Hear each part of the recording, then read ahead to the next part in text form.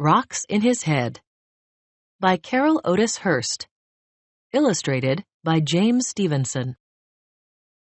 Who has rocks in his head, and what does that mean? Genre: a biography is the story of a real person's life, written by another person. How is this author connected to the person she wrote about? Some people collect stamps. Some people collect coins, or dolls, or bottle caps. When he was a boy, my father collected rocks. When he wasn't doing chores at home or learning at school, he'd walk along stone walls and around old quarries looking for rocks. People said he had rocks in his pockets and rocks in his head. He didn't mind. It was usually true. When people asked what he wanted to be when he grew up, he'd say, "Something to do with rocks, I think." "There's no money in rocks," someone said. "Probably not," said my father.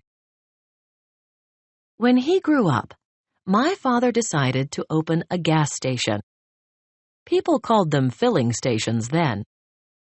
My grandfather helped him build one on Armory Street in Springfield, Massachusetts. They called the station the Antler Filling Station. My father carefully painted the name right over the doorway. Inside the filling station was a desk with a cash drawer, which my father usually forgot to lock, and a table for his chess set. My father built narrow wooden shelves on the back wall and painted them white. People said, "What are those shelves for?" He said, "I've got rocks in my head, I guess." Then, one by one, he placed his rocks and minerals on those shelves. He carefully labeled each rock to show what kind it was and where it had come from. In those days, lots of rich people had automobiles. But then, Henry Ford came out with the Model T. That was a car many people could afford. My father had taken one apart and put it back together again and again until he knew every inch of the Model T. He thought that anyone who had spare parts for the Model T and could repair it so that it drove like new would do a good business. He bought some parts from dealers and found some parts in junkyards. The pile of Model T parts sat just to the left of the lift. Soon, that pile of parts was bigger than the filling station. People said, "If you think people are going to buy that junk, you've got rocks in your head." "Maybe I have," he said. "Maybe I have." But people did come to buy that junk. They came to buy gas, and they came to play chess, and they came to look at the rocks.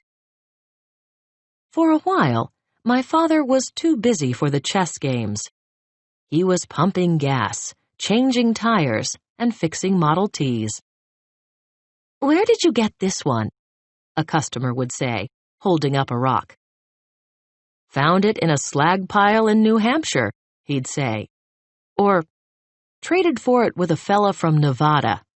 Gave him some garnets from Connecticut." "People in Nevada and Connecticut collect rocks like you do?" people would ask.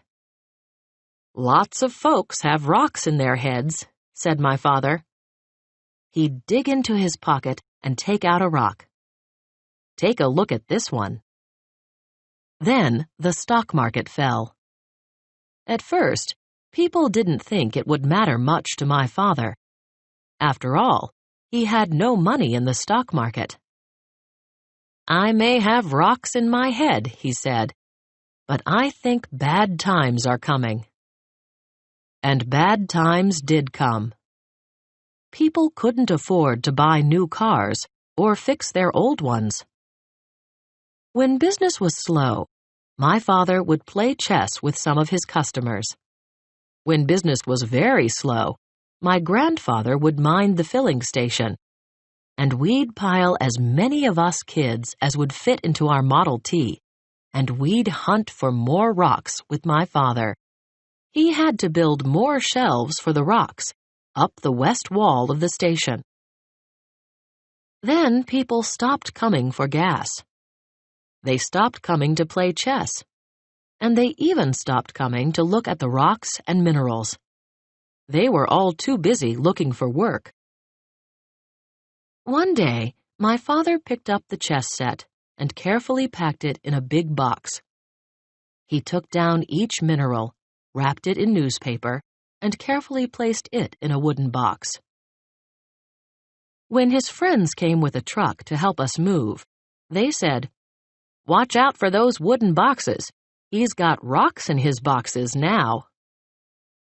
"Yes, sir," said my father. "That's just what I got in there. Take a look at this one." The house we moved to was old and falling apart. My father said he'd have it fixed up in no time. But before he started in on the repairs, we had to take those rocks up to the attic, where he'd already built tiny little wooden shelves. My father did fix up the old house, and after he finished each repair, he went up to the attic with his rocks. He spent a lot of time reading about rocks, too. "If you think those rocks are ever going to do you any good," said my mother, "you've got rocks in your head." "Maybe I have," said my father. "Maybe I have." He reached into his pocket. "Take a look at this one." My father spent a lot of time looking for any job he could find. Most jobs lasted only a day or two. On rainy days, when my father could find no other work, he'd take the bus to the Science Museum. They had a whole room full of glass cases containing many rocks. Sometimes he'd spend the whole day in that room. One afternoon, he looked up to see a lady standing beside him. "I've seen you here before," she said. "I come here a lot," he said. "I guess I've got rocks in my head." "Tell me what you're looking for," she said. "I'm looking for rocks that are better than mine," he said. "How many did you find?" she asked. 10, he said. The lady looked around at the hundreds of rocks in all those glass cases. "Only 10? "Maybe 11, he said. He smiled. She did too. "You have got rocks in your head," she said.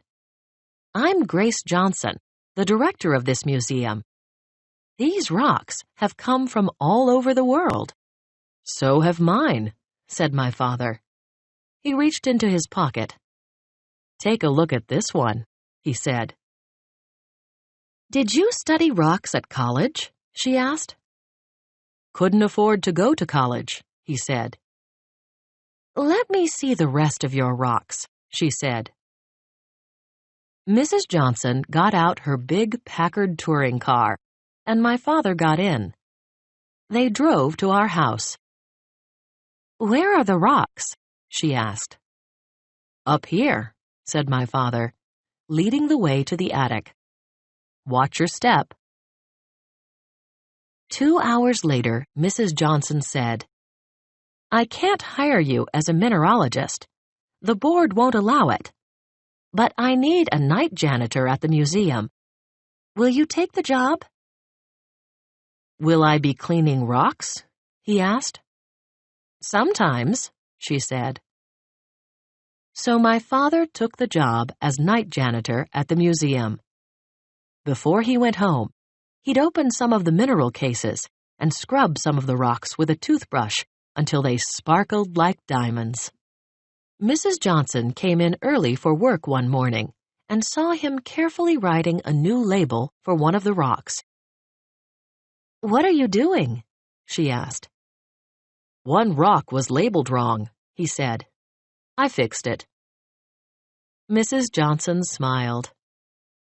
"I've been talking to the board of directors. They know that I need a person here who knows as much about rocks as you do." "What about the college education?" he asked. She said, "I told them I need somebody with rocks in his head and rocks in his pockets. Are you it?" "Maybe I am," said my father. "Maybe I am." He reached into his pocket and took out a rock.